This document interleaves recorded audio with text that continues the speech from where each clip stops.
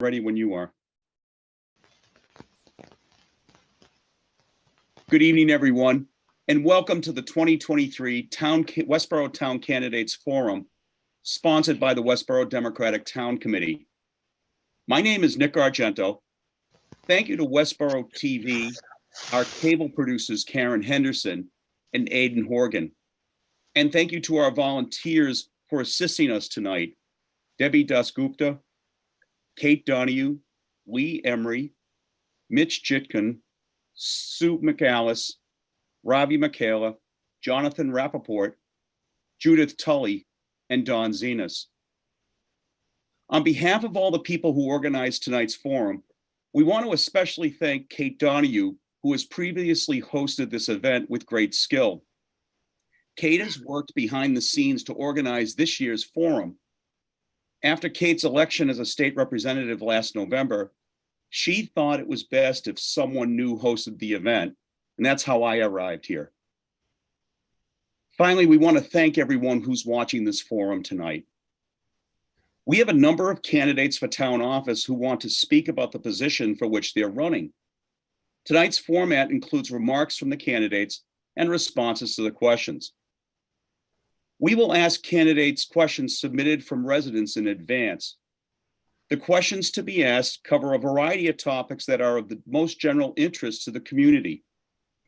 The Westborough Town Democratic Committee solicited questions for the candidate forum through an online portal for anyone who wanted to respond to the event. 3 members of the committee reviewed the submissions and developed forum questions based on the most frequently raised issues. The candidates did not receive the questions in advance. When a question is asked, each candidate will respond to the same question. We had 92 questions submitted. Here's the list of a topic tally. For school committee, we had 65 questions in total, and we separated them out into 5 topics. We break down this way: 41 about diversity, bias, and racism, 10 questions about emotional well-being of students and public health, 8 about curriculum, 4 about censorship, 2 about the budget. For library trustees, we had 14 questions separated into these 2 topics areas: 10 about diversity, bias, and racism, and then there were 6 other individually separated questions. For select board, we had 3 questions: 1 about the candidates' accomplishments to date, how to improve communications, and what programs would be advocated. And we had 1 question about the candidates' language fluency, reading habits, support of the library expansion, and cultural barriers to participation in town meetings for parents. For planning board, we had 2 questions incorporating these 2 topics: net zero building, high density condo and apartments, funding by developers to provide for additional resources for the Westborough Fire Department and Police Department, and a 50-year plan for new and renovated town buildings. For town clerk, we had 2 questions incorporating these topics: reservations about the laws in Massachusetts as they relate to equity, inclusion, and LGBTQ rights, and voting. Finally, a brief comment about public discourse. The town of Westborough has over a 300-year tradition of respectful participation in public discussion, debate, and discourse. We can agree and we can disagree with our neighbors, but always we do it respectfully. So it's the expectation that this will continue in this forum. We're very happy that you're watching, and we're honored that the candidates are here for this forum. So let's begin. For select board, there's 1 seat available for a 3-year term to the select board. We have 1 candidate who is an incumbent, Ian Johnson. So Ian, I'm going to invite you to turn your camera on and make a 2-minute statement. So Ian, when you're ready, welcome. Ian, can you turn your microphone on, please? Sorry about that. There we go. Thank you. Yeah, thank you, Nick, and good evening, everyone. I want to thank the Democratic Town Committee and especially Kate Donahue, as Nick mentioned, for all that she has done to coordinate this over the years, including this year. And I appreciate the committee for providing a forum for candidates to speak and for residents to listen to what we have to say. While I know I'm running unopposed, I want everyone to know that I don't take this role for granted. I know I can learn more every day and will continue to work hard for each and every one of you. While we might not always agree on issues confronting Westborough, please know that I always do what I think is right for the town.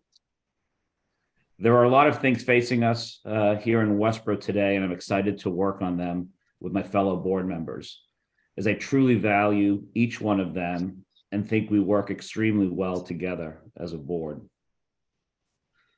Likewise, I look forward to working with our town manager and town leadership team and all of our town staff to provide the best service to our residents and our businesses in a cost-effective manner. So thank you once again. Thank you, Ian. So our first question is this one.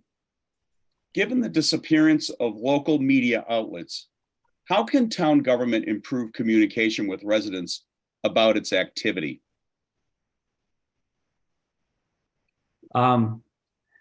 It's a really good question. It is something that we've talked about a lot. I think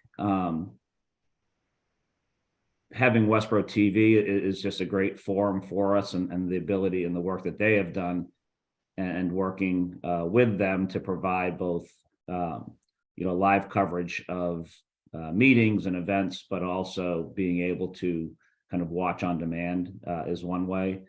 I think as a town, we've really worked hard on improvements on the town's website, and we actually are coming to town meeting with a request to upgrade, because we haven't upgraded the town's website. I think the last was either 2016 or 2017. So that's another forum that we try to direct folks to, and our goal is to try to get as much information out there. So for example, on the select board meetings, it's not just posting agenda and posting minutes, but it's materials that we talk about, presentations that are provided to us. So really trying to be as transparent as possible and put materials out there is something that we're focused on and trying to get the information out.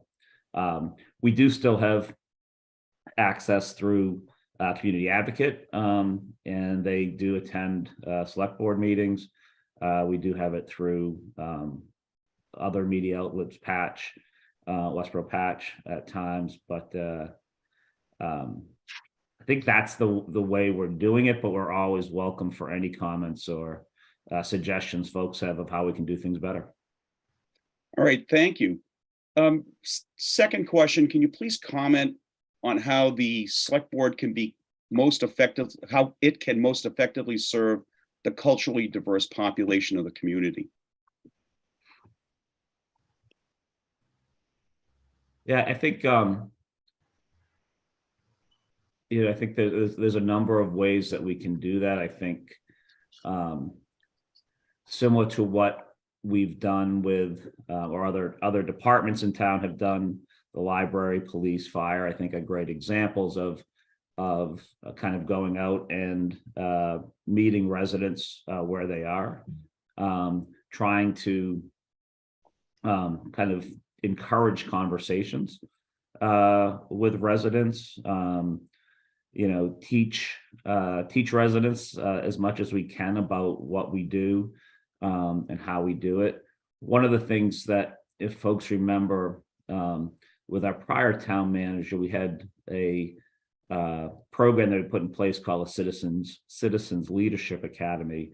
And really what it was a forum where we basically put together a curriculum, probably the best word for it, of kind of all the various town departments, and invited any resident that wanted to attend to come and basically learn about kind of how the town worked, who the town departments were, and really a kind of an educational session we tried to make as informative, but also as fun. We didn't give any tests, but it really was a forum to try to reach out to folks and provide them more information about who we are, to kind of better educate them, answer questions that they have, help them understand the unique form of government that we have compared to some others they might be familiar with, whether it's other places in the US, other countries, et cetera. So I think that's another a forum to do, and it's something that we've been working with our town manager, and in fact is one of her goals right now. Thanks, Ian. Thank you very much. We're going to move on to the planning board. So Hazel Nourse is running for a 1-year term on planning board. Hazel was unable to attend tonight. There is one seat for a 2-year term to fill a vacant seat to the planning board. And we have one candidate, and his name is John Gelcich. So John, I'm going to invite you to make a 2-minute statement, and welcome. Thank you, Nick. Good evening, Westborough. My name is John Gelcich, and I'm running for the 2-year term for the planning board seat I was appointed to in the middle of 2022. I want to say thank you to all of you out there watching for being an active participant in our local government. I would like to encourage anyone who is interested in serving our community through the various boards and committees to jump in with both feet. We always need the time, talents, and personal experience of engaged neighbors to continue making Westborough a wonderful, caring, and neighborly community. I am a professional planner by trade and training, having earned my master's degree in urban and regional planning from Virginia Tech, currently serving as the principal planner in Hopkinton. My day-to-day responsibilities include being staff support to the planning board in Hopkinton, so I'm well-versed in the technical, legal, and administrative aspects of planning. My focus, should I be elected to serve on the planning board, can be summed up with 3 words: community, sustainability, and resiliency. First, I believe that we need to embrace and create new opportunities that allow us to continue building a sense of community in town. We all choose to move to or stay in Westborough for a reason. For me, it was the chance to be part of this community of neighbors. I will work to make this community we share as vibrant and welcoming to others as it has been to me and my family. Second, I will work with the other members of the planning board to ensure that all developments proposed before the planning board will help rather than hinder our efforts to make Westborough more sustainable with respect to our natural environment, economic health, and well-being of our neighbors. Finally, I will work with my fellow planning board members to ensure that Westborough is resilient in the face of future challenges and will remain strong no matter what issues may arise. I believe this can be achieved through diversification of development, focused planning initiatives, and enhancing our stock of protected open spaces. I look forward to the opportunity of working with all of you as neighbors and stewards of this community we love. Thank you. Thank you very much. Let's go to the question we have for you is this: what are your thoughts on net zero buildings as a standard for the town of Westborough? So generally I support the net zero effort. I don't know if that would be something that could be achievable as a standard for buildings. That's a pretty high bar to reach, but if we can work towards that goal, I think that would be a very good goal to try and reach at some point. Okay, thank you. And I'm going to send you the second question just so you can see it. Second question is this, John: do you support more high density development in town? And what requirements would you place on these building projects to mitigate town expenses? That's a involved question. So in certain situations, yes, I would support high density development. Those developments need to be focused around transportation and existing areas that support that type of enhanced development. In terms of requirements you can place on building projects, that's kind of a individualized type of question, depending on where the structures or the development would take place and what kind of development it is. We always look for mitigation for stormwater, traffic. We look and try and see what those impacts are going to be based on that type of development, and generally try and require mitigation for those specific projects based on how they would impact the area that they're proposed for. All right, thank you, John. Thank you. So we're gonna move on now to the school committee. Now we have contested seats for school committee and for the library trustees. We randomized the order for the opening statements and then tried to alternate the order of respondents to the questions. So we have 3 candidates for 2 seats in the school committee. These are for 3-year terms for each seat. So 3 candidates for 2 seats. Everyone's on the ballot, and the candidates for the school committee are Paula Mathieu, Jakub Moskal, and Sarah Shamsuddin. So Sarah, I'm going to invite you to give the first statement, then we'll be followed by Paula and then Jakub. So when you're ready, Sarah, we'll begin. So Sarah, welcome. Thank you, Nick, and thank you to Kate. I want to echo that thank you so much for having this forum for us so we can get to meet everyone. I want to also thank the other 2 candidates for joining me in the forum to allow voters to hear from us directly. As you know, my name is Sarah Shamsuddin. I have 3 children in the Westborough Public Schools, and I'm honored to be here tonight as a candidate for the school committee. I believe I'm the right candidate for this position, and I want to explain why. First and foremost, I am deeply committed to education. I believe that education is the foundation of our society, and I come from a family of many teachers and administrators, which helps me to understand the challenges teachers, students, and parents face. I also have extensive experience in leadership roles in the education sector. I've served on executive committees at a private school, managed budgets for the PTA at the school, and fundraised. This was integral because enrichment programs were privately funded rather than depending on school financing in the school. I've helped advance enrichment programs for our children and coached teams for STEM programs, bringing them to national level of competition. I have a thorough understanding of issues facing our schools, and I'm confident that I will be able to help our community find creative solutions to face these challenges. Additionally, my legal background, I believe, is an asset for the Westborough Public Schools. My legal skill set enables me to serve on various subcommittees, including contract negotiations relating to vendors and employees. Both due to my profession and personally, I am committed to transparency and accountability. I believe that the school committee must be transparent in its decision-making processes and accountable to the community that it serves. I will work tirelessly to ensure that our public schools are run in a way that is ethical and responsible. I believe that part of effective leadership begins with listening to concerns of others and working collaboratively to address those concerns. As a school committee member, I will be accessible and responsive to the needs of parents, teachers, and students. In conclusion, okay. All right, we're a little over time. Thank you. And I'm going to invite, thank you very much. I'm going to ask Paula Mathieu to go next. Go ahead, Paula.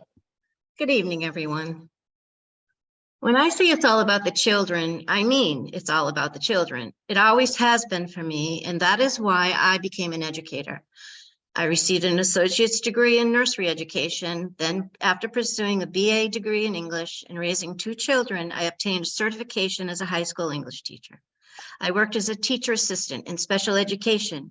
I taught both English and history in a private school. I taught journalism, creative writing, freshman and senior English at Northbridge High School. In collaboration with the history department there, I developed curriculum and co-taught a humanities class for at-risk students. I was a virtual high school instructor, the advisor to the literary magazine, organized and conducted poetry slams and poetry contests, and I was a department chair. I loved teaching, but most of all, I loved working with the children. And that is why I want to take an active role in Westborough to assess programs and policies that ensure a quality education, that develop critical thinking skills, and that focuses on academics. Not only do I come here this evening with the perspective of a teacher, but I come here with the perspective of a parent who has a strong belief in the family unit. Given the last few years, our children need healing and community now more than ever before. What better way to ensure this than by working together, by upholding individual family values, which instills in them a sense of self-worth and belonging, and by giving them a quality, well-rounded education that inspires confidence and provides them with tools to become successful members of society, lifelong learners, and critical thinkers. I am not alone. I am the voice of many parents who love this town and who value education, but who are concerned with the direction education is taking their children, the focus no longer seeming to be on academic excellence. And so I have a vision a vision that unites us for all the sake of our children, where we can show them what a community is all about as we work together to develop programs and policies that encourage healthy attitudes, that models empathy and compassion for all, and that seeks to challenge them academically. It is Paula, time thank you. to thank you. Yeah, I'm sorry, we're over time. Thank you. Thank you. So Jakub, you're next. Please, welcome. Yes. Yes, thank you. Thank you very much for hosting me here, and very impressive resumes from my candidates here. Well, let me first start by saying why I'm running for this position, because I think this is really important for me to convey to the community. I have 3 sons who are enrolled in the Westborough school system, and the youngest one was diagnosed with as hard of hearing and was placed out of district for over 3 years. And I cannot say enough how much our town has supported us, my family, and my son, who has now transitioned to Armstrong and is very successful. And I have a great sense of gratitude towards the town, and I find this opportunity here to serve on the board as a way of saying thank you to the town and to the people of Westborough who indirectly supported my son on his journey. I like to say a big thank you to everybody for that. Education has always been a big theme in my life. I was born in Poland when it was still communist country. Then I moved. Then I got my early education while it was post-communism. We were taught from early on how important was education and free speech and building a democratic society. Then I moved to US to pursue a doctorate degree in computer engineering. A couple of years later, once I married my wife, Elena, we moved to Westborough, and purely based on the school rankings. We actually did not know anybody in the town. So education has always been a big theme in my life, and I hope to bring my professional expertise into the board. I think with the rise of technologies that are challenging education, it's important to have a voice on a board that understands how these technologies affect our life today and the job market in the future. I also do have experience from the parents' perspective about the IEP process. I do understand the bilingual perspective of a lot of students in our town. And I believe I do have a lot of empathy for those different families who need to be supported by the Westborough School District. All right, thank you very much. So when we go to, now we're going to go to the questions and to the candidates. I posted the first question in the chat. And the order we're going to use for this first question, we're going to go to Paula, then Jakub, then Sarah. And then for the second question, we'll go Jakub, Sarah, Paula. And then for the third question, we'll go Sarah, Paula, Jakub. So we're just trying to alternate a bit. So the first question is this: Westborough is a diverse community that is reflected by the students in our schools. Which populations do you recognize as representing diversity? And as a school committee member, which actions would you support to best serve all of our learners? So we'll start in each person. So Paula, you'll have 2 minutes when you start to speak, and then Jakub, you'd have the same, and then Sarah. So Paula, when you're ready, please. Well, the first part is Westborough is a diverse community, and this is reflected by our students in our schools. So which populations do you recognize that represent the diversity? I would say we are all part of that population. We're all diverse. We all have things to bring to the table. We all celebrate each other and our differences. I guess I'm not quite sure. I'm sorry, I'm hesitating, but I'm not sure what it means when you say, what actions would you support to best serve all of our learners? I would take whatever is needed for our children, whatever they need. We work together, find out what those needs are. We come together and we put them in place. I guess I'm struggling a little bit with what they're actually looking for in this question.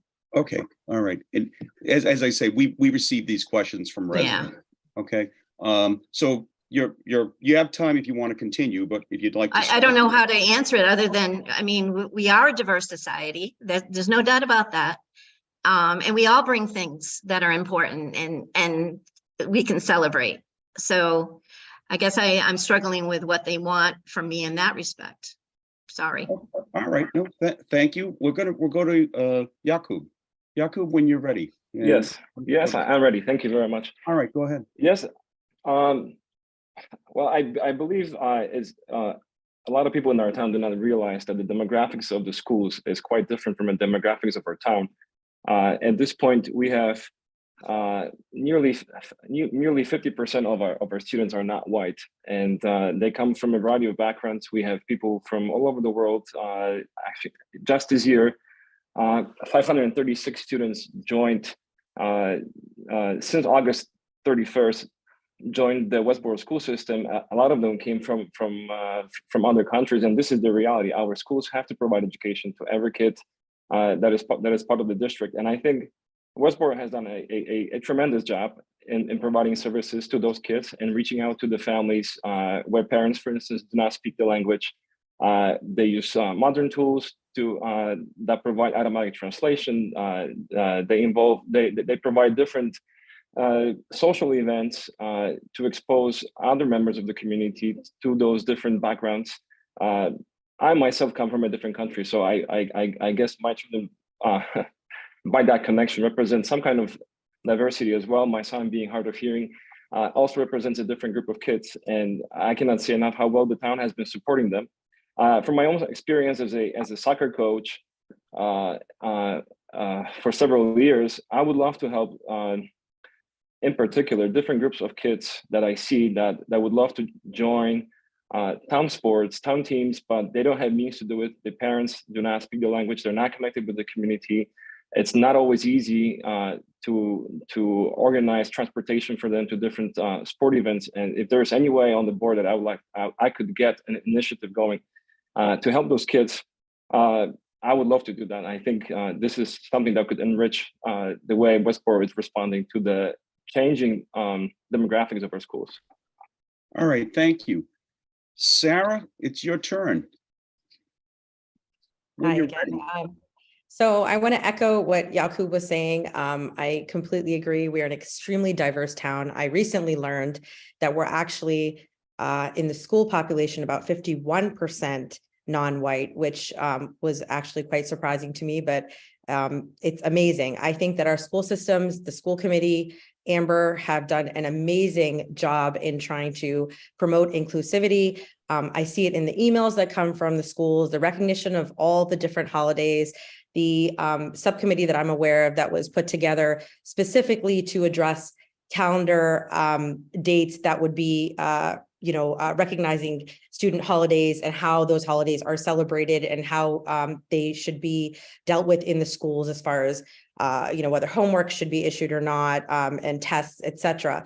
So I am thrilled personally, being a minority myself, with how the school system and how the Amber and her team have been working to promote this inclusivity and to make no child feel left behind in any regard, especially when it comes to the cultural diversity. So, I would just like to continue to build upon that. All right, thank you. And now we're going to go to the second question. It's in the chat. So again, the candidates, you're welcome to read this along with me. And this question was submitted. Oh, so let me mention. So this time, Jakub, you will go first, Sarah will go second, and then Paula will go third. So this question was submitted by a Westborough High School student, and the student wrote, quote, "As a 10th grader, I see kids who don't belong and never get included. What are you, as a new school committee member, going to do to make sure people feel like they belong? A lot of people talk about belonging, but the same people seem to get excluded. How do I know you care about inclusion and not just like kindness? As a member of the school board, how would you address this question? And more broadly, that's the quote. That's the end of the quotation. How do I know you care about inclusion and not just words like kindness?" So that's the end of the quote. As a member of the school board, how would you address this question? And more broadly, how would you recommend supporting the emotional and mental health of our learners? So again, we'll start with Jakub. Yes, I mean, I think it's hard to answer this question on a broad level, because I imagine a lot of these problems are case by case specific. And I do believe that our schools are helping our students in a lot of ways, especially after COVID with the social emotional learning that's now occurring in the classrooms. For all the students, we have guidance counselors working with teachers that with the students that need additional help. I do believe that Westborough is fostering a sense of inclusiveness to all the students. I think perhaps one way to encourage to help those kids who feel excluded from the community is to organize additional activities, after school activities. And I believe this is happening more and more right now as we are recovering from COVID. I see, for instance, at Mill Pond, they're organizing a variety of clubs, and perhaps students that feel excluded will feel more connected if they can find other students with similar interests and activities. And yeah, I think that's what I would add. Thank you. All right, thank you. And Sarah, you're next. Welcome. I think that this is sort of a challenging question to answer in that I think it would be dealt on a case-by-case basis, depending on what the situation is with the child. Obviously, I believe that our educators and the curriculum and everything that is being done in the schools is trying to foster an environment of inclusiveness. I do think that, I know that when one of my daughters just recently joined Mill Pond, this is her first year there, and they had started out with having lunches, at the lunch table. She was sitting in a classroom setting so that she was not having to feel as though she didn't have any friends coming into the school. And I think they do that obviously on purpose so that the children don't feel excluded. Additionally, they would have separate lunches for the new kids so that they could meet one another and get to know each other's challenges. So I think that efforts are being made in that regard. I think that even, whether it's in the high school, or in the middle school, or in the elementary, we're going to be facing that as a challenge. Obviously, there's the issue of bullying that we need to address on a case-by-case basis. So, when you say exclusion, or when this child is talking about that, I think I'd need to know more information about what it is that they're facing in order to come up with a comprehensive plan to address it. All right, thank you. Paula, you're welcome to respond. Yes. So I guess I would say that it's time to celebrate our differences and not point out and not point them out what the differences are. And I am aware of the bullying and the exclusion that's going on. And I would bring in programs. I would like to see programs of team building. I can't help but think that some of the programs that are being implemented are actually encouraging division. I would want to assess that. I would want to talk to the students. I would want to talk to the parents and the teachers to get their perspective on some of these programs, if they think they're actually doing what they say they're going to do, or are they actually causing the division. I hope that answers it, but I do care very much, and that's what it's all about, is getting those children to be happy, productive adults. So thank you. All right, thank you, Paula. All right, so folks, we're going to go to the third question, and when you respond this time, I'm going to ask Sarah to go first, Paula second, and Jakub to go third. Okay. Also, so when you go to respond to the question, this will also be your last opportunity to speak. So if you want to weave in a closing statement of some sort, you can do that within the 2 minutes also. All right. Does that all make everybody good on that? Okay. Yeah. All right, so here, and the questions in the chat. So public education systems across the country are making decisions about whether certain topics should or should not be taught in schools. And these most commonly include the history of racism in America and LGBTQ+ related issues. How should the Westborough School Committee best handle this? Would you support prohibiting teachers from these types of discussions? Should particular books or other educational materials be banned? So we're going to start with Sarah, and then again go to Paula, and then to Jakub. Okay? So Sarah, when you're ready. So I'm going to sort of answer this backwards. I think that the question about whether certain books or education materials be banned, I think that's a very broad sort of, assumption that there are books that need to be banned. I'd have to see a book that's trying to indoctrinate my child with some sort of idea of going one way or another in any policy form that would make me, that would sway me to say, okay, I think that this book would need to be removed. I think that we fail to understand that part of being a diverse community is not just about our race. It's about all of our the differences that, Paula just mentioned that we should be celebrating. And I think that part of that is, there are going to be race, gender, and these types of issues, and to try and escape that, or to believe that we're going to be able to, that it's not going to come into the classroom and we're not going to have to address it, I think is not only naive of us, but I also think that it's going to prevent us from building, good, upstanding citizens going out of our school system, because I think that we're not just educating them. Well, I feel that, academic excellence is number one and should always be number one. It's together with building of character. It's character building. And I think that these topics, while I don't obviously would never believe, and that would be for anything, I don't think that anyone should be teaching my child something religious. I don't think that's within their purview or touching those issues anyways. But I think that if a child feels safe enough to have a discussion with a teacher, or if that teacher is able to convey information in a way that makes a child feel welcome, then I don't see any, negative side to that.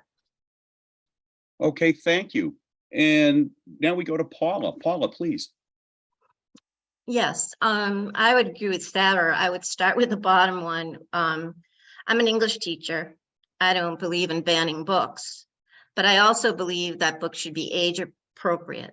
And so there are some books I've been understanding that maybe are not age appropriate. So I would like to look into that a little bit. The Westborough School Committee best handle this? Well, I believe that teachers teach academics and parents teach values. So I guess I would say that when it comes to the values, when it comes to like the sex education and I can't even think. I'm not really good about these quick questions here, but I think that they should stay at home. The parents are responsible for that. And then the teachers teach the academics, starting with the basics, and have a good foundation so that they can become good, productive adults. Did I cover everything? Racism? Well, Morgan Freeman answered that question about combating racism. He said, stop talking about it. And I have to echo that sentiment. Again, we are a diverse community. I do not believe that we have a problem in this town with racism. I believe, however, we will if we continue labeling our children as privileged or oppressed. And under the same umbrella is the social emotional learning standards. I think it's time to assess the impact on our students' population and to see if there's something better to offer, one that encourages healthy attitudes as well as empathy and compassion for all without marginalizing anyone. Thank you. All right, Paula, thank you. Jakub, when you're ready. Yes, thank you. I think this is a good question. I think it touches on wider topics, not just racism and LGBTQ plus community. I strongly believe myself that education should foster that educational environment should foster debate. It should foster different perspectives, open debate, and education should respond to what's happening outside the classrooms as well. I think there's a national debate about these issues right now, and whether we want it or not, this is part of our life. This is part of our children's lives as well. They sooner or later, these are the topics that they will be discussing, or they are discussing already. And I think schools should have a say and should provide opportunity for children to wrestle with all these topics. I'm growing up in a post-communist country, I'm strongly against banning any kind of text. I think we should allow speakers who have vehemently opposite views to ours to speak so that we can debate with them, so we can wrestle with our own perspective. I do agree with Paula that, of course, books should be age appropriate. I do not have a reason to believe Westborough is not falling into that category. But in general, my approach to education is that it has to be responsive to what's happening in society, and we should always welcome a discussion and debate, whether it's not comfortable or not. Since I have a chance to give a closing statement, I have a few seconds. I just want to say thank you, everybody who supports me, who offered to put a sign on the yard, all the kind words of support. I am overwhelmed with this. I did not expect this kind of turnout. I do hope that I'll be given a chance to serve on this board. It will be a great opportunity for me to say thank you for the amount of support that the Westborough has done to me. Thank you very much. Well, I want to thank the three of you for sticking to the time parameters and with the thick and thorny questions. So I really appreciate it. And I know on behalf of the community, we appreciate it. So thank you very much. You can now all breathe and relax. We're going to move on to the town clerk position. And so thank you very much for that. So there's one seat. So Debbie Ledoux is running for town clerk. Debbie, I'm going to ask you to turn your camera on. There's one seat available for a 3-year term as town clerk. And so Debbie, I welcome you, and you have 2 minutes to make an opening statement when you're ready. Hi, Nick. Thank you for having me. Thank you, Kate, and also the Democratic Town Committee. I appreciate it. My name is Debbie Ledoux. I am currently your acting town clerk. I served as your assistant town clerk for 9 years under Wendy Mickle. I watched, listened, and learned under Wendy. My primary job as assistant town clerk was voter registrations, vital records such as processing all of our births, marriages and deaths in town, fuel storage, business certificates, and so many other things. We do an awful lot in the town clerk's office. Elections is something now that I'm going to be overseeing. We're right in the middle of the town election coming up in another week and a half, getting ready for that. I feel like I'm ready for this challenge, and I love our town. I'm a graduate of Westborough High School.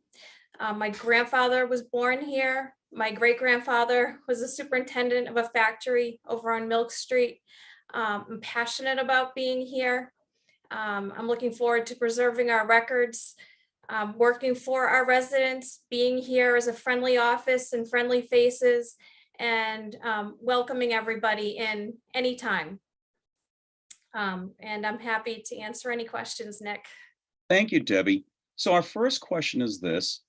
Do you have any reservations about following Massachusetts state law as it relates to equity, inclusion, and LGBTQ+ rights? And when you're ready, you're welcome to answer that. No, I mean, I follow the law. My background is I went to college to be a paralegal and worked in a law firm, and following the law and helping our residents and looking out for our residents will always happen in this office, and it will always happen with me. And if there's ever any concerns, I encourage the residents or anybody to come see me, speak to me. I'll always make time to answer any questions, but the law will be followed in our office. All right, thank you. And the second question is this. Please discuss your thoughts on vote by mail and early voting. And again, when you're ready. So when I started in this office in 2014, there was one way to vote, and that was in person. If you couldn't go in person, there's always been the absentee option. vote by mail, vote in person. It's really morphed into, it's almost like a business. We're a 3-person office. It definitely puts a lot more pressure on our office. You have to be very careful about who ballots are going to, timeliness of mailing ballots, taking ballots back in. It adds to, it went from a 1-day election to, month-long elections. It's also vote by mail, but we also have Yookava, overseas, military. We've got our permanently disabled, like I said, absentee, day of, early voting in person. The whole elections has become a huge part of our job in here. But our office does a terrific job, and we do the best we can keeping up with everything and the changes of laws and what's coming down in the future. Looking forward to next year. It's a presidential year. We've got 4 elections next year, local, and then presidential primary, state election next year is going to be huge for our office. So I'm hoping to get a good assistant town clerk in here and keep moving forward. All right, very good. Thank you, very much, Debbie. Thank you very much for coming on tonight, and thank you for speaking. We're going to, yeah, thank you. We're going to move on to the town moderator. So this is one position. It's a 3-year term. So John Arnold is an incumbent and a candidate for re-election to a 3-year term. John is unable to attend tonight, but he's submitted a video commentary that I'm going to ask Aiden to play that right now. So when you're ready.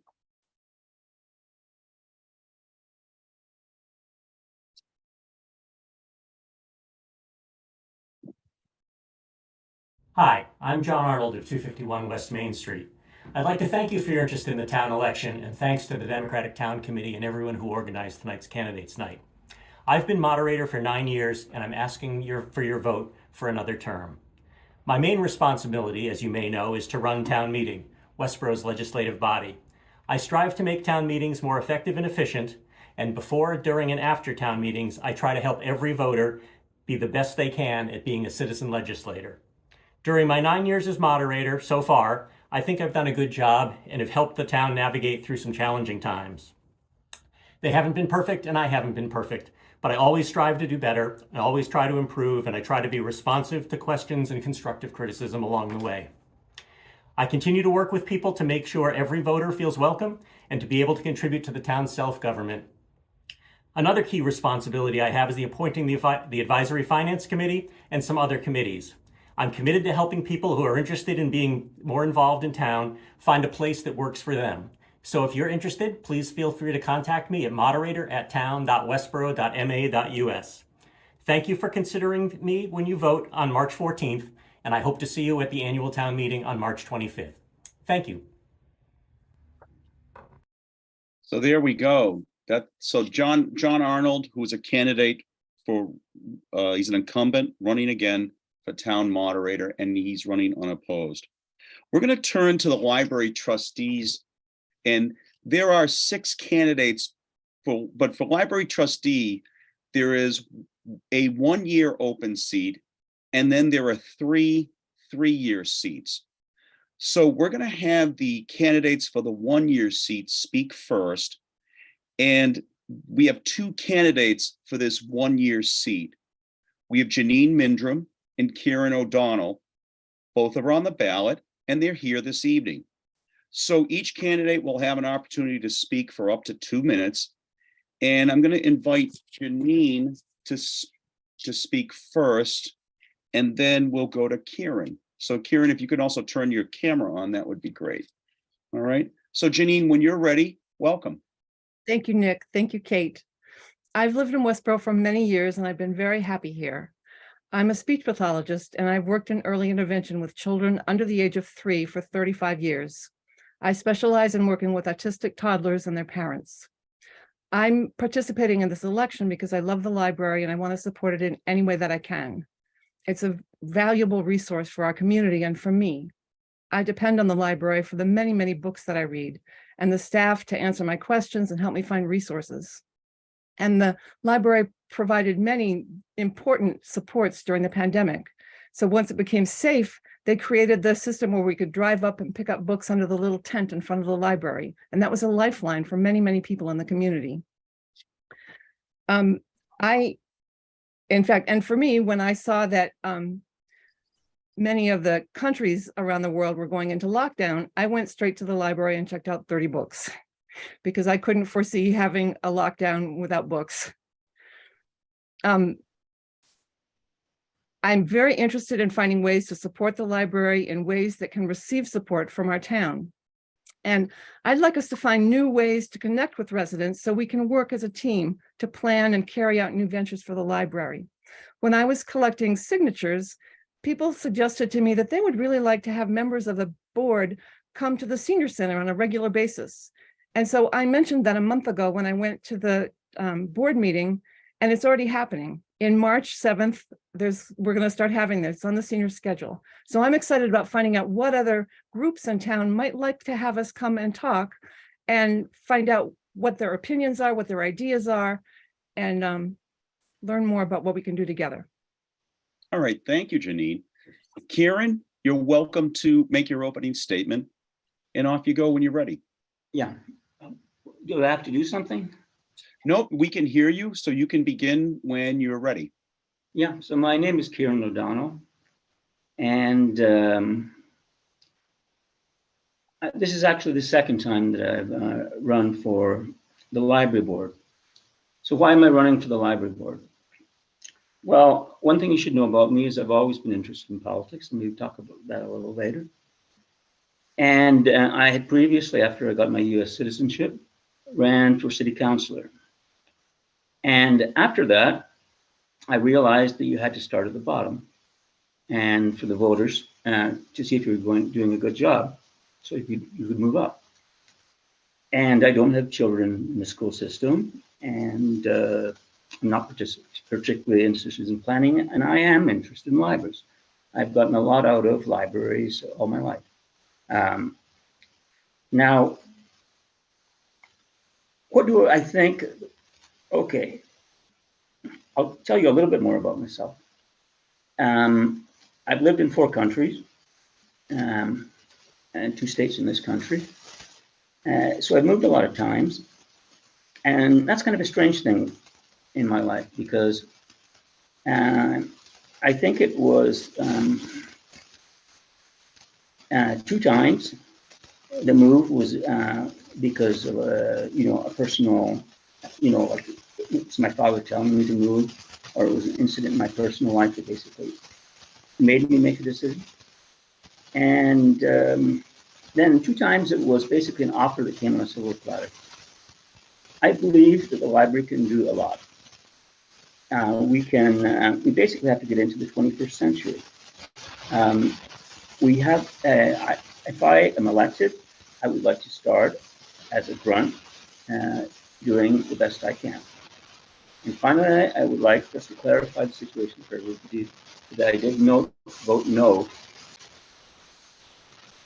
All right, thank you, Ciaran. So now we're going to turn to our questions, and Ciaran, we'll go Ciaran and then Jeanine. The questions in the chat, if you want to see it, I'm going to read it's really 3 questions, and I'll say them, and then Ciaran will have you go first, and then we'll have Jeanine go second. So here they are. How would you protect access to information at a time where some library collections are being censored? What types of books should be available? Should certain books be removed or banned? Should books and materials focusing on LGBTQ+ issues or racism receive special protection? Why or why not? So Ciaran, when you're ready, we'll ask you to go first, and then Jeanine to follow, and then on the second question, Jeanine will go, and then Ciaran. So you have 2 minutes each for these questions, okay? So I just have to answer the first part. How would I protect that access when they're being censored? Is that right? Yes. Well, you can answer all 3 when you're ready. Whichever ones you want to answer, but those are the questions. Okay, I'll answer the first question. How much time do I have? That's my question. You'll have 2 minutes. We started the clock. We'll make sure you have 2 minutes. Well, I'm looking at these questions and all three are about censorship. And I'm not a big believer in censorship, but I'm not also a big believer that that is a problem in Massachusetts. It used to be a problem. Plays used to be banned in Massachusetts in the 19th century. But Massachusetts is quite a liberal state. Now, if it's going on somewhere else, you know, I believe that politics is local and that we have to focus on what's going on here. So if I look at the questions, how would you protect access? Well, I mean, maybe if there's a complaint about a book, the director looks at it and either rejects it or accepts or passes it on to the school trustees, and they either accept it or reject it. What types of books should be available? All types of books should be available. Science books, all kinds of books. Books about a religion. I mean, if you go to the library, there are two great books. One is about a Jewish woman who escaped the Holocaust by marrying a Nazi soldier. And another woman is a biography of the Prophet Muhammad, which is really the sort of thing you don't usually find. Should books focusing on LGBT issues receive special protection? No books should receive special protection. Because if you give books special protection, you're orienting people in one way or choice. So is that, will I have more time after or no? You have another 15 seconds because we discussed the questions to start. So I'll give you another 15 seconds if you have more you want to say. Okay. So I'm running for this because it's a time in my life where I think God wants me to do it.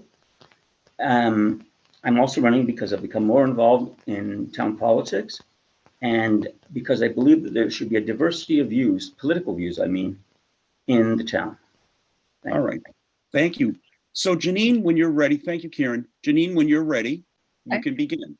Okay. Well, I would urge the library to respect people's First Amendment rights to have access to information about ideas and opinions on both sides of every issue. And when I went to the American Library Association website, they said that a library needs to defend the constitutional rights of all individuals to use the library's resources and services. So I think, as Ciaran said, I don't see what types of books wouldn't be available. I think everything that is legal should be available. And so banning books is not a good idea. It's our First Amendment right to have access to them. And I'm not sure that, I mean, I think we need to respect and provide books that focus on LGBTQ issues and racism so that we have information about both sides of those kinds of subjects. So I think those kinds of books are also really valuable and we need them. And I think that's what I have to say about it. Thank you. All right. Thank you, Jeanine. Now, so this last question, Jeanine's going to go first and then followed by Ciaran. And similar to what you saw when we had the school committee, if you want in the course of your response, you can respond to the questions. And then if you want to make a final statement also, because this will be your last chance to be able to speak during the forum, you can do that. Okay. But it's your choice. Okay. So the questions are, how would you make the library a more inclusive place for all residents? And what's your experience promoting diversity, equity, and inclusion? Okay. All right. So I think how you'd make the library a more inclusive place, I think my suggestion to find a way to be out in the community, talking to the residents, finding out what they're interested in, finding out what their opinions are, telling us, when I was collecting signatures, people told me they voted against the expansion. They voted for the expansion. And then they told me why. And then they told me what they wanted. And it seems like that's the information we really, really need. And then in terms of making it more inclusive, if we have residents with many different languages, maybe we need to think of whether we have interpretive services. I'm not familiar enough yet with that I can really answer that, but I work with many people who don't speak the same language I do, and I have to use translation interpreter services for it. And diversity, well, I mean, if we learn about the people in the community and what's important to them, then, and we find a way to include what they're suggesting to us in our services or offerings at the library, it seems to me that that might help with inclusion and diversity. Because we certainly want every single person in town to feel comfortable here. I loved I'm gonna forget the man's name, the first man who talked about having the courses in town for how the town works. Because I'm just learning that now too. I've lived here a long time, but I didn't participate. And I'm really interested in learning more. So I think offering opportunities for people to learn more about everything that's happening and including their ideas might work. All right, thank you. And now, Ciaran, you have 2 minutes, and when you're ready. First question is, how would you make the library a more inclusive place for all residents? Well, one way would be to have people of different cultures or genders or whatever come in and you know, speak from the heart about their experiences. I think Westborough Connects had a speaker that did just that, you know, 6 months ago.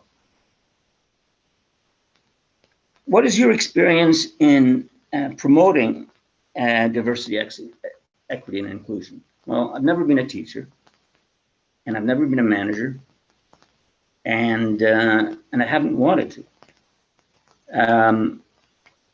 I work in a group right now. There are 4 of us, and I'm the only, you know, European person in the group. The other 3 are from India.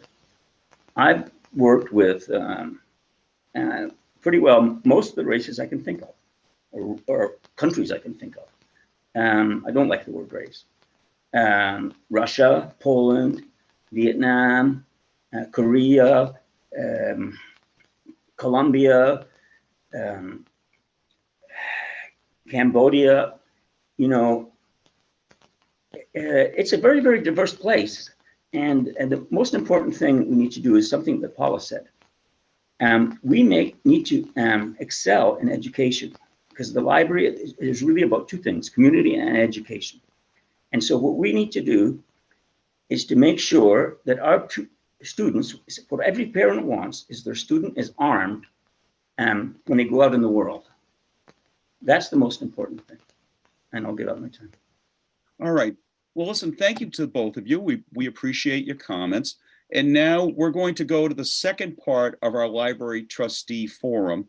So we have 4 candidates for 3 seats, and I'm going to invite those candidates to turn their cameras on. This is for a 3-year term for each seat. So 4 candidates for 3 seats. These are separate from the other library positions we just covered. Everyone's on the ballot, and we have 4 candidates. Deborah Cushman, who's an incumbent, Michael Karp, Dorothy Mello, who's also an incumbent, and Julia Rissmiller. So each candidate will have an opportunity to speak for 2 minutes, and we're going to go, the order we're going to go is Mike, Julia, Dot, and then Deb. So Mike, I'm going to invite you to go first for 2 minutes, then Julia, then Dot, then Deb. And you've seen the questions, but I'm going to post the questions again in the chat so you can have a look at them when we go to that order. And I'll go over the order. Dot, we'll go with Dot, Deb, Mike, and Julia, but I'm afraid I'm going to confuse everybody if I go through it all together. So we'll go Mike, Julia, Dot, and Deb right now for the opening statements. I've said too much. Mike, when you're ready. Just enough. Thank you, Nick. Hi, everyone. I'm Mike Karp. I'm a candidate for library trustee. I've lived in Westborough since my wife and I moved here in 2001. In the course of our marriage, my wife and I moved around quite a bit for schooling. We lived in 5 states, also was in a couple of foreign countries, France and Turkey. Westborough provides many opportunities that when it was time to downsize, I wanted to take advantage of. We chose to stay here because we'd come to really enjoy and love the town. For me, the opportunity that was particularly enticing was the chance to go back to teaching. I had a chance to 3 years as a sub in several of the Westborough schools. I spent most of my time working with kids in the given school, often supporting the staff that work with the special ed students. I have degrees from Franklin and Marshall and Brandeis with lots of additional graduate study, including significant time at Harvard, Penn, and Colorado Tech. My professional work includes 10 years as both a teacher in the Commonwealth's smallest rural school district, the nearby town of Douglas, and as head of the English department at a very large urban high school in Chelsea, Massachusetts. I followed this with almost 40 years in the computer industry as a developer, marketer, and industry analyst. I traveled a lot, published a lot, and had a set of experiences that gave me a chance to work with people from a wide variety of backgrounds. I'm not trying to cut my own time short, but shouldn't there be a timer? Yes, I just sent that in the chat, but I had it going on my phone. So you've got about 12 seconds if you want to fit. If you have anything else you want to say. 12 seconds? I'm hoping that was a joke. It was a joke. Thank you. Very funny. Let's see. In retirement, I had planned on focusing on ways that education, business, and government can work together to identify and achieve common goals. As it will not surprise anybody, as a student and then as a teacher, I've spent a lot of time in libraries.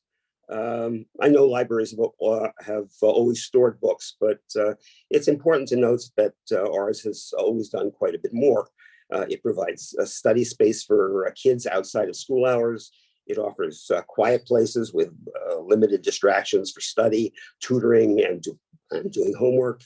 It brings materials out to homes and to facilities where learners of all ages can have greater access to them. It can do tech training to open access to technology for folks who at present don't use it well. And it's a space where seniors can relax and read, where kids can learn to read, where adults can do job searches, where everyone can access the expertise of librarians. And importantly, while all this is going on, it's a place that's monitored and safe. And did I just run out of time? Just finish your thought. Okay, all these issues deserve to be continued, but our outreach to our community, I think, is going to be a major source of interest going forward with the library. All right, thank you, Mike. I appreciate your patience with the timer mistake there also. Julia, when you're ready, we'll begin. Sure.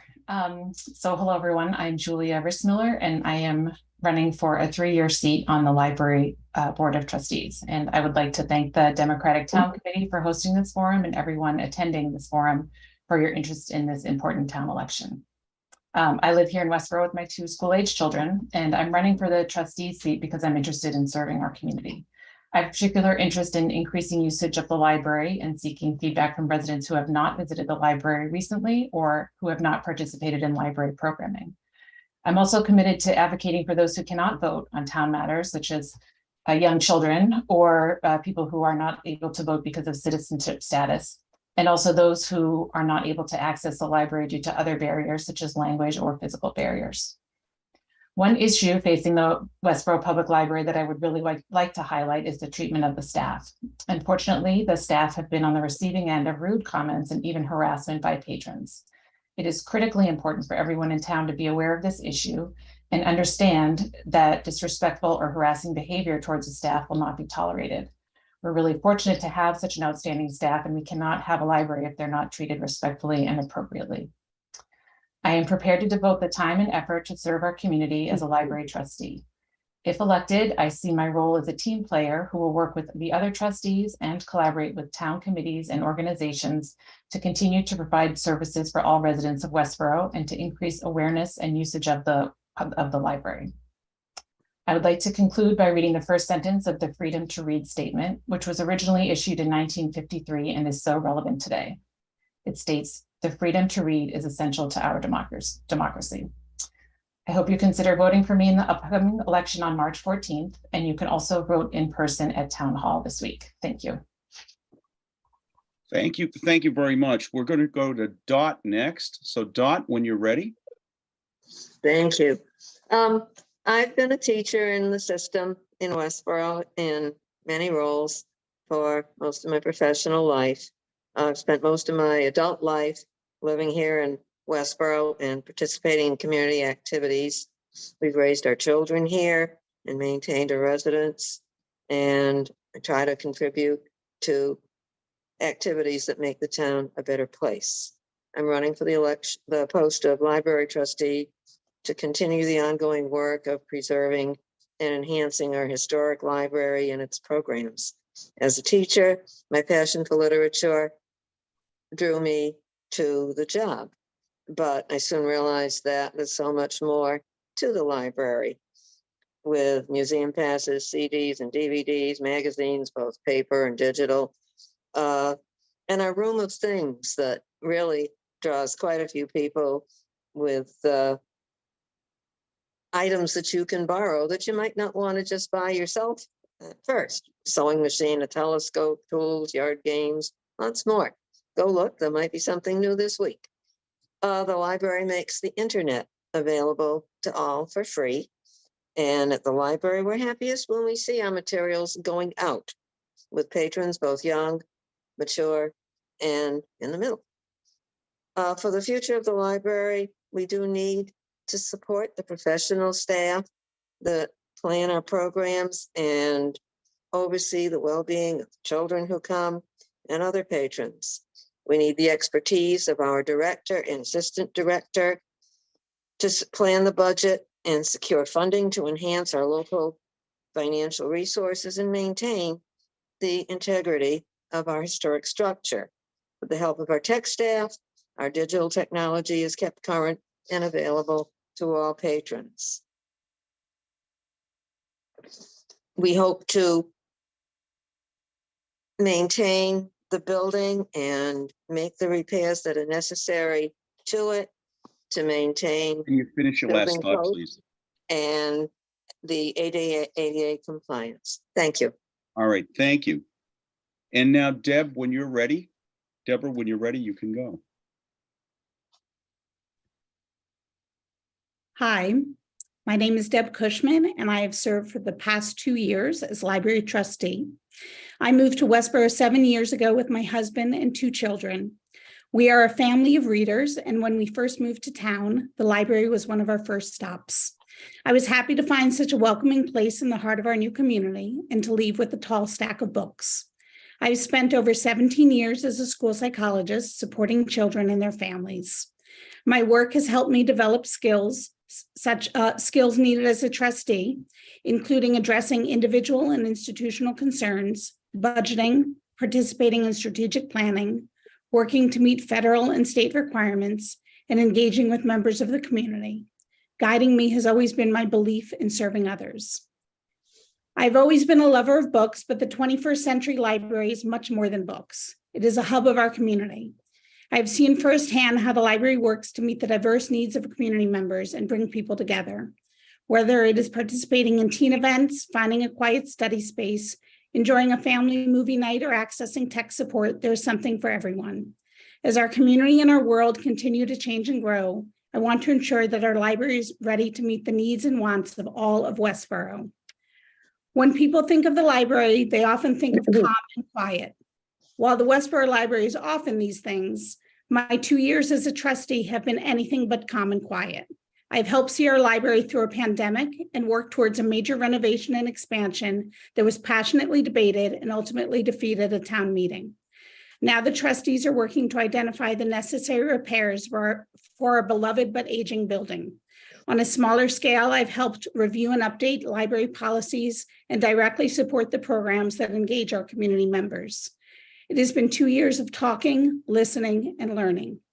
If I'm reelected as library trustee, I will continue this important work to give Westborough the library it needs and deserves. Thank you. All right, thank you very much. So we're now going to go to our questions. And the order of the respondents will be Dot, Deb, Mike, and then Julia. You'll have 2 minutes each to respond to the questions. And they've been put into the chat. I just sent them just a second ago also. So how would you protect access to information at a time when some library collections are being censored? What types of books should be available? Should certain books be removed or banned? Should books and materials focusing on LGBTQ+ issues or racism receive special protection? Why or why not? So we'll start with Dot and then Dot, Deb, Mike, and Julia. Dot, when you're ready. Our collection has been challenged at other times in the past, not just about racism or sexuality, but in art, for example. Excuse me a minute. Please, it's noisy. The background. I'm sorry, background noise. You asked about protecting the collection. A lot of discussion has ensued before this about everyone having opportunities, equal opportunities. And we would do this with our collection of books. We wouldn't want to say that one book is less or more worthy than another, because then we might be saying that one group is more worthy or less worthy than another. So everybody needs to be able to find books that have issues, characters, people like themselves. All right, thank you. We'll go to Deb. Deb, when you're ready, please welcome. You're welcome to respond. I want to echo a lot of what Dot said. I very much believe in intellectual freedom. This is a value, a personal value of mine. It's a value of our library.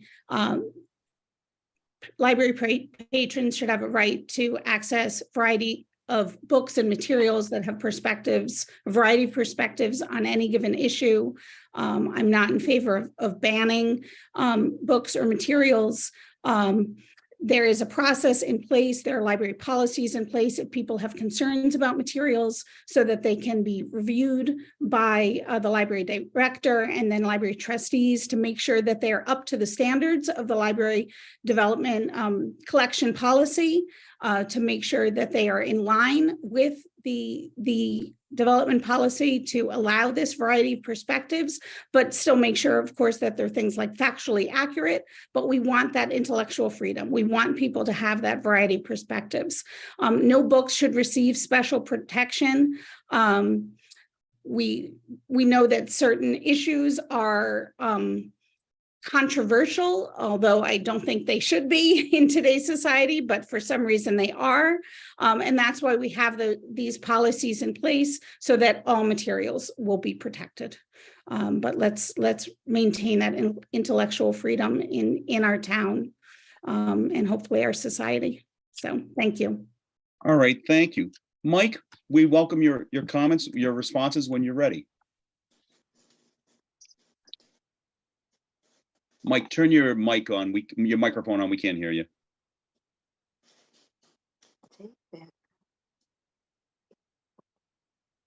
Yes. As I said at a different group earlier in the week, I tend to be driven in much of my decision making by a sense of reciprocity. In this case, what that means specifically is that you don't have a right to tell me how my children should be raised. And quite frankly, I don't have a right to tell you how your children should be raised. As that applies to the library, it's essentially a case of the fact that no one who goes into a library is forced to read anything. We hope they do, but they don't have. They certainly don't have to. If a parent finds that someone has gone into a library and written something that they or read something that they disagree with, then by all means, this is an opportunity for some great parenting. Sit down with the reader, discuss the issue, and come to a culturally or a family appropriate decision in the course of that discussion. Libraries are there to be a receptacle for both knowledge and opinion, and those who want to partake of the knowledge or the opinion should have access to what we have.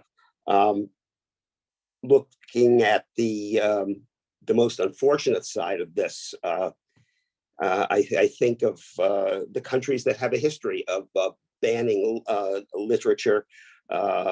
Nazi Germany, the Soviet Union, Al-Qaeda in Mali.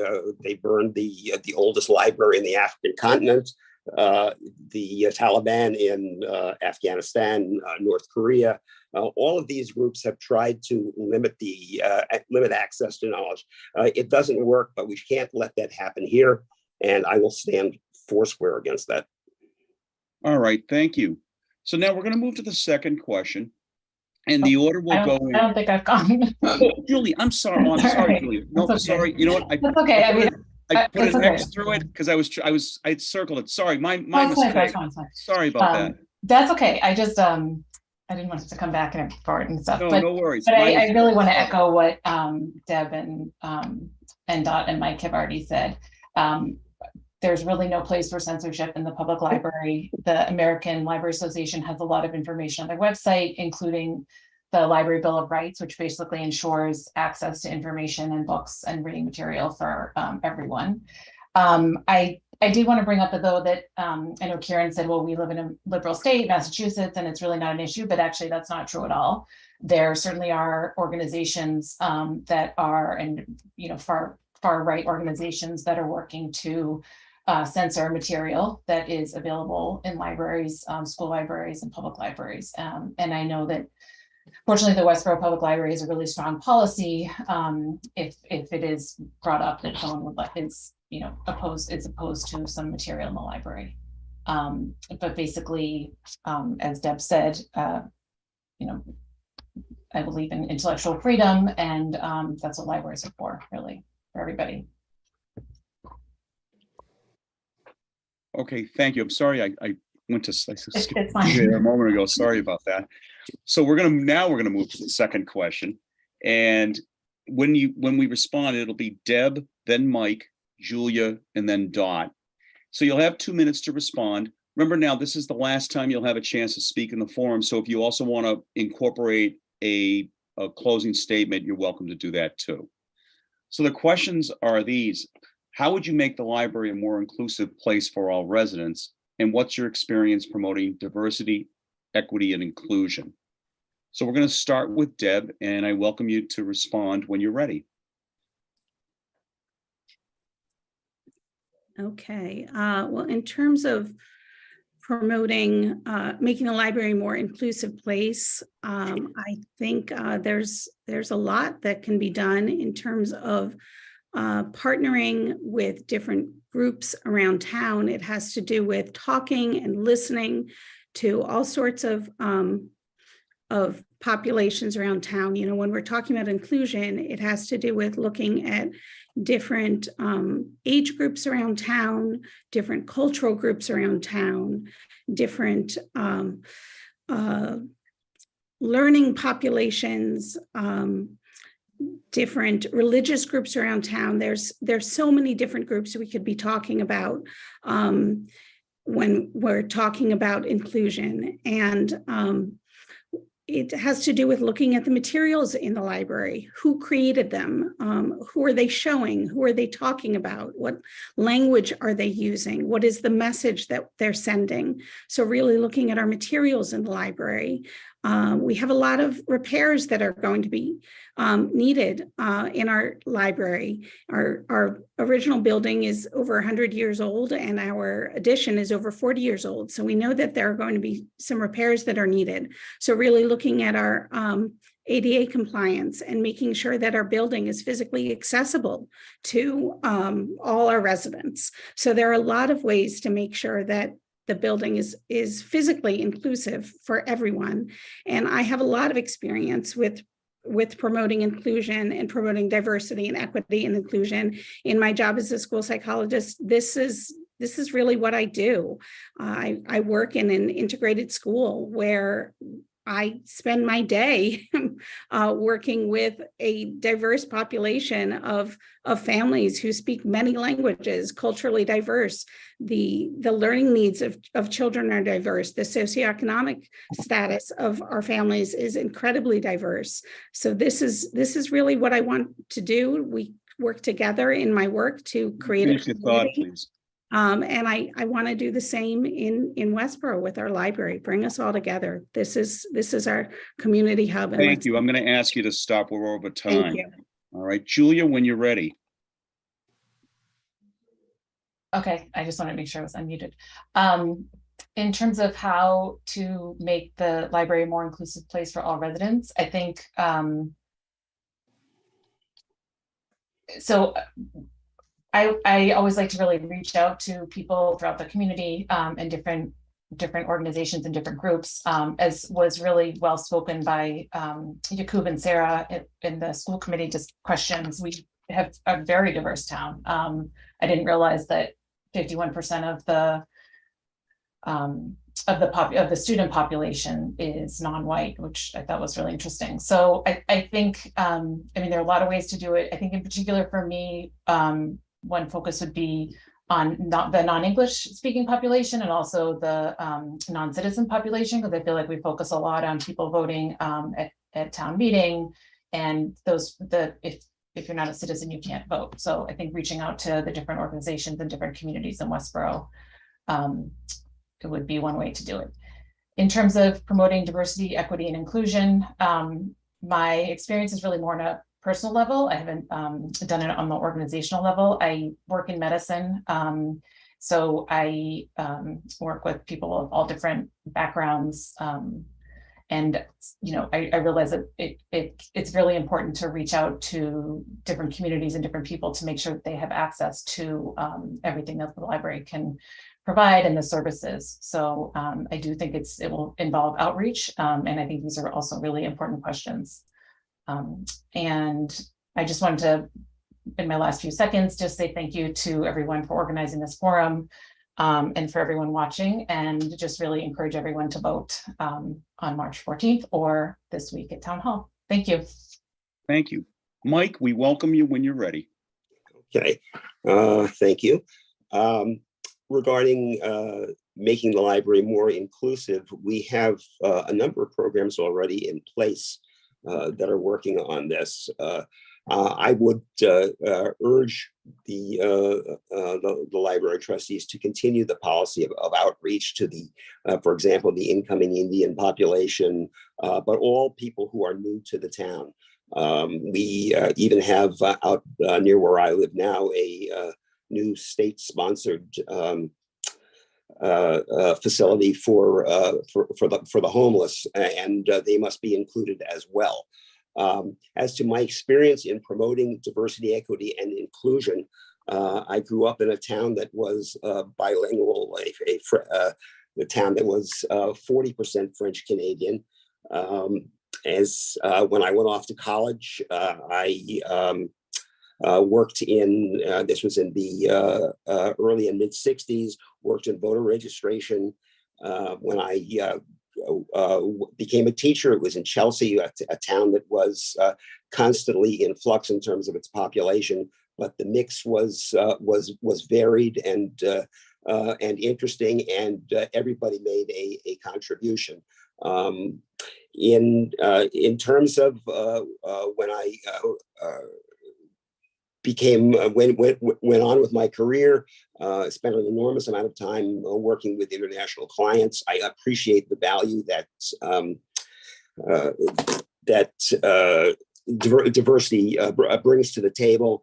And I'd just like to close by, I remember when I first moved here, when I was younger. I used to do a lot of running, and there was a time about 6 or 7 years ago when I would run past a lot of green, blue, and yellow signs that in Spanish, English, and Arabic said, no matter where you're from, we're glad you're a neighbor. I've carried that with me ever since.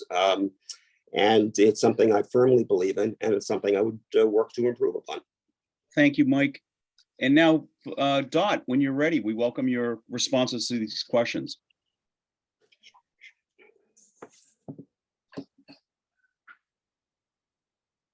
Dot, your mic is not on. We cannot hear you.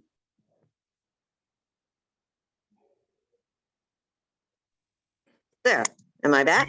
There you go. We can hear you now. All righty. When you're ready.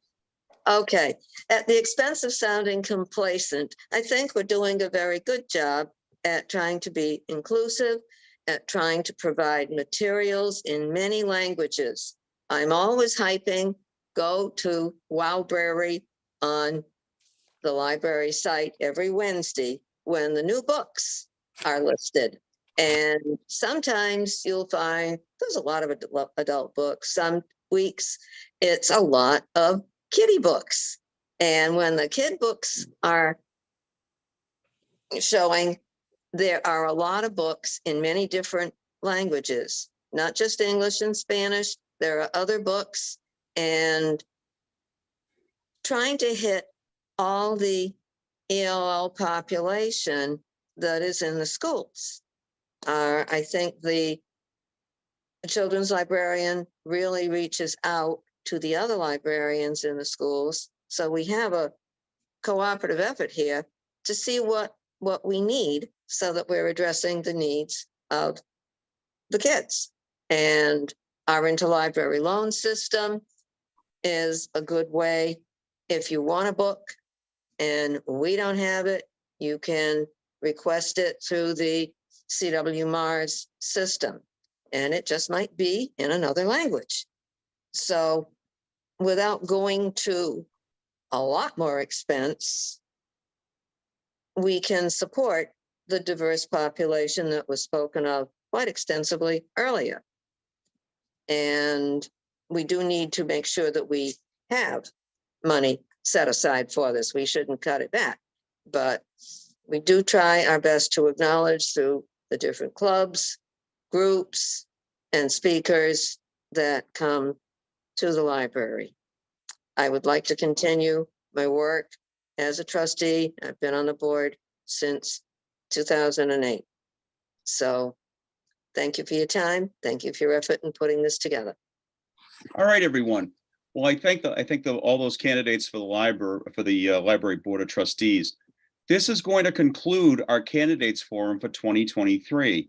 We want to thank all of the candidates for putting themselves forward to serve our community. I'm going to ask all the people who are working behind the scenes to turn their cameras on so you can see them all, so we can thank them also.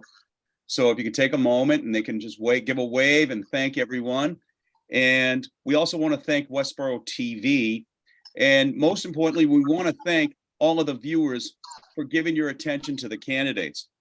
Viewers, we have one last task for you, and that is to vote. Please vote on Tuesday, March 14th. And as you heard mentioned by a few candidates, you can also vote at the town clerk's office. The polls are open at Westborough High from 8 a.m. to 8 p.m. Again, that's Tuesday, March 14th. For the Westborough Democratic Town Committee, I'm Nick Argento, and I thank you for watching, and I wish you a good night.